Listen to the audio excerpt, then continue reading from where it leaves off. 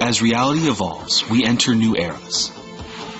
Eras of creativity, industry, and technology. Today we are entering an era of new dimensions, where reality becomes unlimited. An era where factories are built virtually before laying a single brick to lower cost.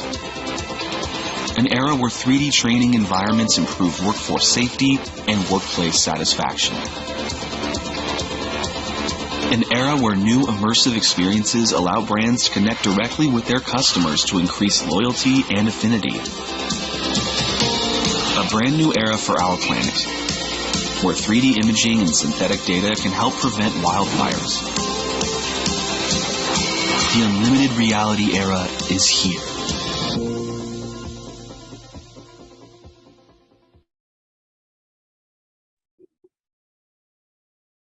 Hello, everyone. Good morning, good afternoon, good evening around the globe. My name is Francis Yu, and thanks, Kate, for giving the warm introduction. And I'm so pleased to be here with Danny. Danny? Thanks, Francis. It's really great to be part of your program, and we're super excited about everything we've been talking about from AI and now into the metaverse. Yeah. So I would have to say that we talked a lot about all that amazing, all the jazz, all the rage on AI. And when we started looking at just as important as foundational, we start to see some real shifts from what's happening. The web is turning from 2D to 3D. That's a core metaverse concept that we've been working a lot with NVIDIA around, right? So the folks oftentimes ask me, hey, Francis, what is unlimited reality, right? It is a convergence business that Deloitte launched, focusing on the business and technology transformation, and where the part of the magic is really AI meets 3D, data meets design, right? And I think one of the things I wanted to just chat a little bit about is around how we got here, right? I think how we got here is really important. And looking back over the past decade or so, Danny, what I've seen is unprecedented innovation and investment across all the layers of the internet, right? We're seeing that a lot of the visible piece on the interaction layer that includes your AR, VR, XR devices or smart glasses, voices, haptics. That layer of the internet, we've seen the pattern has tripled over the past decade. Now, we're not stopping there. The computation and informational layer growing at even faster rates. So what we see in all the magic today are no accidents. There is something new. I've been working with the Silicon Valley ecosystem over the past couple of decades. Unlike the previous generations of technology shifts, I'm seeing that industry taking much stronger leadership in shaping current wave of technology use cases, and in turn, in fact, shape the technology roadmap. Right? So before we dive into it, today we're going to use the next half an hour. So Danny and I are going to cover some of the use cases and stories around the three domains where unlimited reality focus on the customer domain, the operations domain, the workforce domain, and collectively transformation of the next business. I would love just to invite Danny. Danny, you're an automotive insider. If I'm looking at automotive today, they're really software on wheels, and the industry has changed significantly. So before we dive deeper on some of the AI meets metaverse cool use cases, I'd love just to hear from you a bit of general observations as an industry insider. I think all industries are going through an amazing transformation now. AI is a big part of it. 3D is a big part of it, but we've been talking about virtual reality for decades. It's been around for a long time. 3D graphics, gaming, that's where NVIDIA got started. But the difference now really is that instead of each person having their own machine, their own individual device, having their own experience, maybe using different apps or incompatibilities, now what we've done is connected everything together, right? All these tools can be used harmoniously and people around the globe can collaborate. If you look at how Media and entertainment has evolved. It used to be, designers or animators were, again, working on their individual workstation, and they would create a character, and they'd have to save that out and give it to somebody else, and they would work on animating it, and they'd save that, and somebody else would work on a different part of the scene or the camera work or the lighting. Well, now, using tools like Omniverse, which enables these artists, these designers, these animators to use whatever tools they want, but have a shared common space, they can all be working simultaneously. And so this applies not just to animation for companies like Pixar, because we've been working with them on what's called the universal scene descriptor language, which pulls everything together and makes it unified. But we're seeing it in healthcare now. People can collaborate and be creating 3D models or getting data from scans, and doctors can work on remote patients through this 3D visualization. We're seeing it in architecture.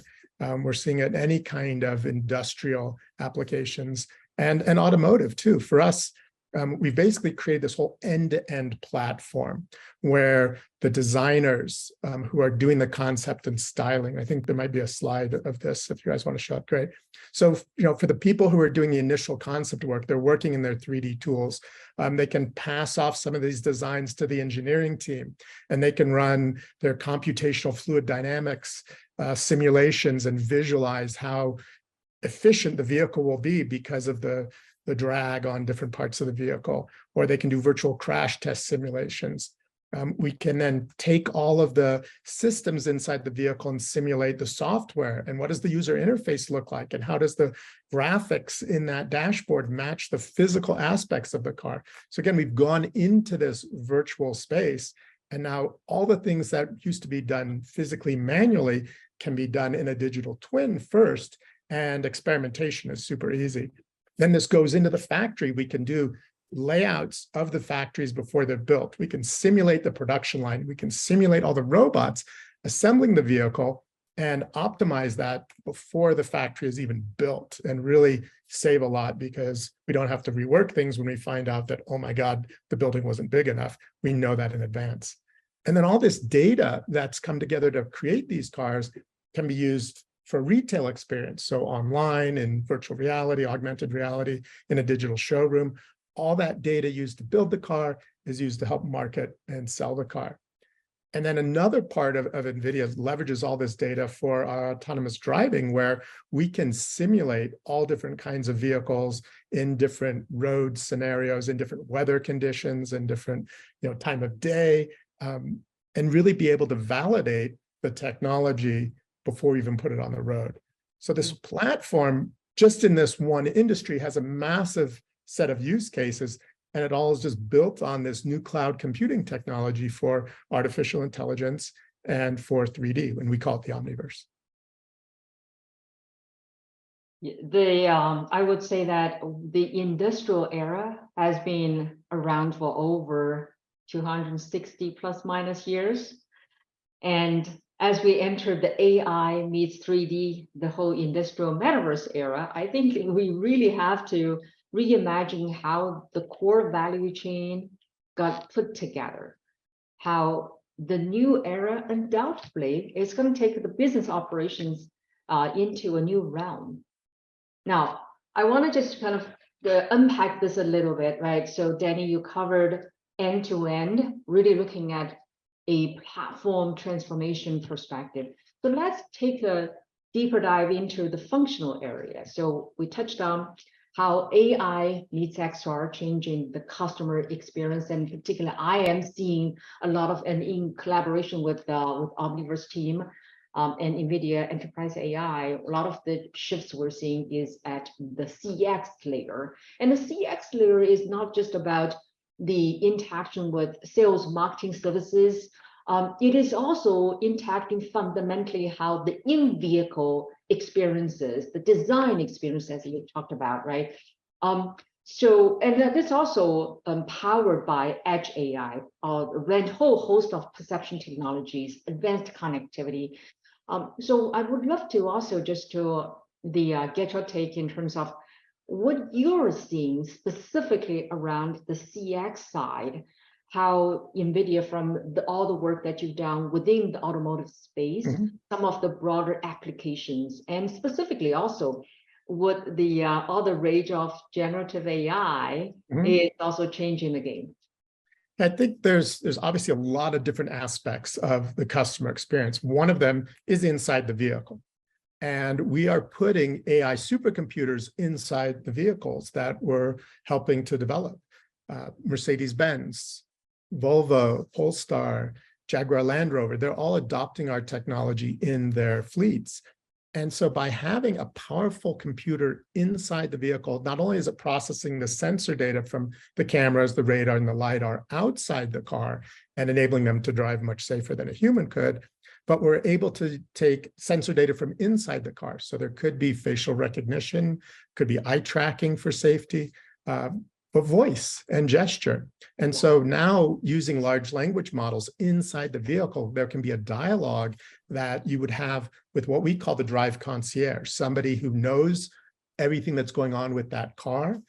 You can control a lot of the vehicle with voice. You can have a conversation. A lot of it needs to be processed on board because you don't want to have to wait to go to the cloud and come back. You're not really going to have a fluid conversation. But if you're searching for information that could be weather-related, location-based information, movie times, search for restaurants, obviously that is going to go out to a larger database. But there'll be this hybrid handoff between what gets processed in the car and then what goes out to the cloud. With respect to generative AI for the design, I mean, that's one aspect. You have the evolution of these applications, design applications, CAD applications, where the interaction can be not just clicking on a mouse, but again, a dialogue with these applications. And so they get much smarter through these large language models. So you could design something and ask for the software to generate permutations on that. And so using tools that we've developed, working with third parties like Dassault or Adobe or Autodesk, they're able to integrate some generative AI technology into the software and be able to build other permutations. Maybe you've created something and you can ask it to come up with some other designs with a lower coefficient of drag. And so it can then analyze what you've created and make modifications to it. So like in this previous session, you have this set of assistants, these AI interns, right, who can go off and try different things based on sort of the physics of the real world, but doing it in this virtual world. And Omniverse is one of these tools that obeys the laws of physics. So it knows that things can't intersect with each other. It understands gravity. It understands wind resistance and things like that. So we can model all types of different scenarios and look at those results. And it becomes, again, a colleague of the designer to make it better. Yeah, I truly believe we've been talking about humanizing technology for as long as I can remember around digital transformation. Now, currently with the AI meets the immersive web, we truly start to see that possibility in terms of applying the perception technologies, applying the learning aspect. I also want to share about 5 years ago, I was in Singapore at Deloitte's Future of Mobility Center. I was on a panel, and on the panel we had Uber, we had the leading luxury brand, auto brand, when we had also fintech startups. And the debate of the time was, is car a product or is car a services, right? I think 5 years later, and when I have dialogue with one of our mutual client, BMW, they really look at car as powered by AI and XR technologies. Car is actually a companion. So I thought that was truly remarkable 5-year evolution. Now, Danny, I'm going to pivot a bit into the operations side. And we talked about operations kind of a broader sense. We talked about design, product, manufacturing, and a whole space around make, right? And some of the core enablers we start looking at, you mentioned the word, the physics-based, the true to reality representation, and you mentioned the core concept around collaboration.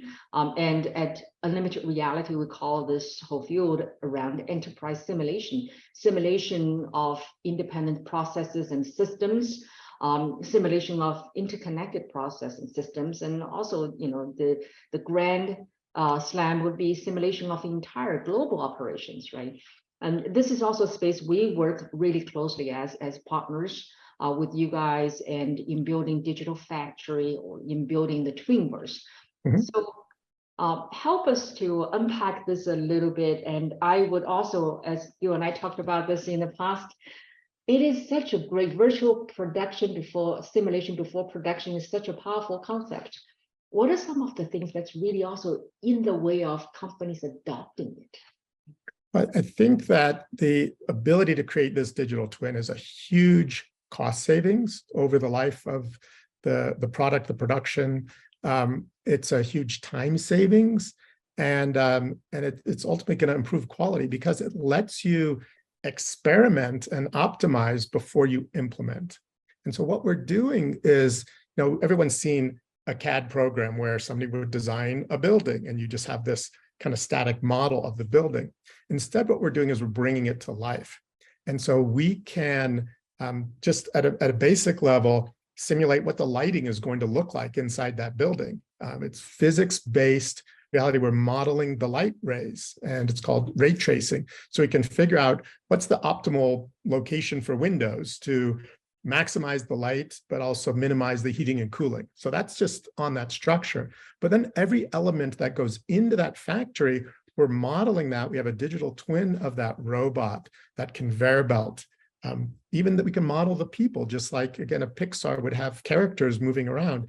We can then simulate every aspect of that factory and see how the robots interact, the optimal placement of those robots, where the conveyors need to go, where the cranes or lifts for the cars moving through the factory. These are extremely complex operations. Anyone who's been to an assembly plant is just usually blown away by the complexity. Thousands of parts need to come in. They need to get to the right place. They need to fit into the process of these robots or the humans. And again, what we can do is model all of that and optimize it before it actually becomes a physical plant. And so huge cost savings, huge time savings, and even it makes it a safer place to work, right? We can anticipate where there might be problems where a robot is moving, and we need to ensure that no one is going to be in harm's way. So huge benefits to these digital twins. I think there might be a video if you guys wanted to show that. We can see how both we have Mercedes-Benz, we have BMW, who are implementing this, and they've worked with, again, so this is not a photograph. This is a simulation of the factory. So it's been modeled. All the different elements are modeled in here, the lighting and the operations of it, how the different parts would move through the factory, and the logistics, right? How do you get all the parts unloaded from a truck to the right place on the line? How does that all work together? The world's industries are accelerating digitalization with over $3.4 trillion being invested in the next 3 years. We at BMW strive to be leading edge in automotive digitalization. With NVIDIA Omniverse and AI, we set up new factories faster and produce more efficiently than ever. This results in significant savings for us. It all starts with planning, a complex process in which we need to connect many tools, datasets and specialists around the world. Traditionally, we are limited since data is managed separately in a variety of systems and tools. Today, we've changed all that. We are developing custom Omniverse applications to connect our existing tools, know-how and teams, all in a unified view. Omniverse is cloud native and cloud agnostic, enabling teams to collaborate across our virtual factories from everywhere. I'm about to join a virtual planning session for Debrecen in Hungary, our new EV factory opening in 2025. Let's jump in. Milan is joining. Hello everyone. Hi Milan, great to see you. We're in the middle of an optimization loop for the body shop. Would you like to see? Thanks, I'm highly interested. And I'd like to invite a friend. Sure. Hey Milan, good to see you. Jensen, welcome to our virtual planning session. It's great to be here. What are we looking at? This is our global planning team who are working on a robot cell in Debrecen's digital twin. Matthias, tell us what's happening. So we've just learned the production concept requires some changes. We are now reconfiguring the layout to add a new robot into the cell. Okay, but if we add a new robot on the logistics side, we need to move our storage container. All right, let's get this new robot in. That's perfect. But let's double check. Can we run the cell? Excellent. Milan, this is just incredible. Virtual factory integration is essential for every industry. I'm so proud to see what our teams did together. Congratulations. We are working globally to optimize locally. After planning, operations is king. And we've already started. To celebrate the launch of our virtual plant, I'd like to invite you to open the first digital factory with me. I'd be honored. Let's do it.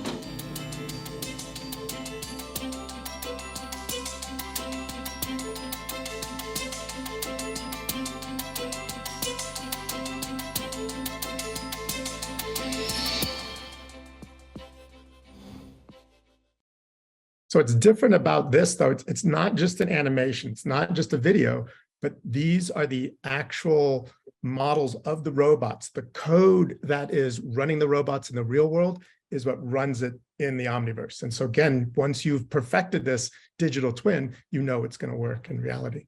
Yeah, and Danny, I think that's some of the magic to make this happen is the science, it's the truly the magic around connecting disparate twins together and applying complex system simulation. There's also the art part. That's the part also just as incredibly fun is our part around Danny, you talked about lighting, texturing. And as our animators and 3D artists have learned in working closely with the Omniverse team, that is also a place where a lot of the tech artist creative expression gets super powerful. So I wanted just to kind of, we have a few more minutes left. I wanted just to also touch on a really important piece.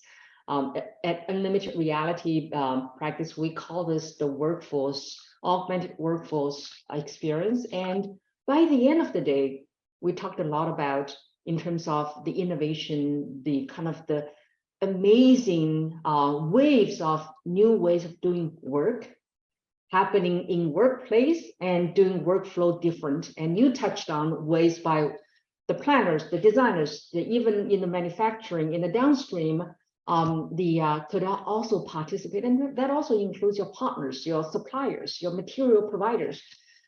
And what are some of the things that you've seen? And I'm happy to share what we've seen around the whole workforce transformation powered by the AI meets XR, the enabling. I think you see this AI really being an assistant, right? The robots, we're not just doing these robots that move sort of blindly, but also cobots. So AI can enable humans to work side by side with robots, and these machines, these devices are really an assistant.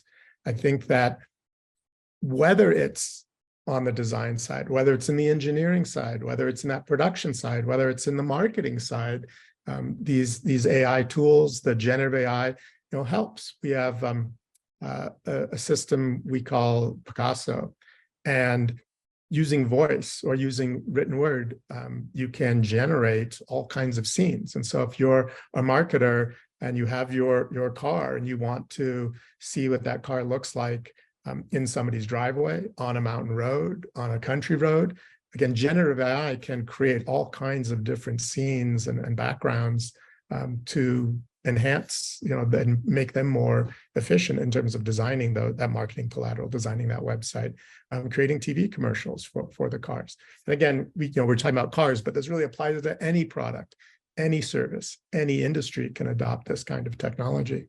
And to your point, you were talking about sort of animation. You used to have all these different people working on different tasks. Well, this whole system now brings everybody together. Everyone can collaborate easily. You saw that in the video. You had people all over the world transported like a time machine to the same location. They can see that plant. They can view it from any angle. They can go inside, and look around and talk about it and experiment. And so these tools become extremely valuable, extremely helpful for optimizing whatever their workflow may be. Right, and also that extended to a 3D consumption, right? So through augmented reality devices or virtual reality devices, we're helping our clients in terms of looking at a VR-based training for technicians. And this is becoming truly powerful. And imagine with the complexity of a modern digital factory, and that apply to in terms of how, for example, passing on the knowledge base from the silver tsunami, addressing the silver tsunami of the aging workforce into the younger generation, right? So a ton of, and that also there's augmented maintenance, et cetera, the use cases. No, I think you're right. Once we've built that model of the car, and we all the thousands of parts coming together, the home enthusiast who likes to tinker on his own vehicle could go into VR, right? Put a headset on or have their tablet and be able to open the hood and see all the different aspects of the car and work on the car that way. So I think the whole owner's manual experience or maintenance, repair systems, professional or amateur, will benefit from all that. Exactly, it really democratized a lot of the complex engineering and create a lot more just like IKEA did with home furnishing. I think this technology is going to really democratize a lot of the engineering side. Yeah, I think in automotive space, we're talking about safety is critical. So there's certain things that obviously we're not going to want consumers to be able to modify. But yeah, if you're doing any other kinds of design or home furnishings or things like that, absolutely. Yeah. So I know we're almost to time. So I want to just kind of wrap with let's imagine a year down the road, what would be the one or two things that you see different? I'm happy to share my one or two things that I see the industry might happen.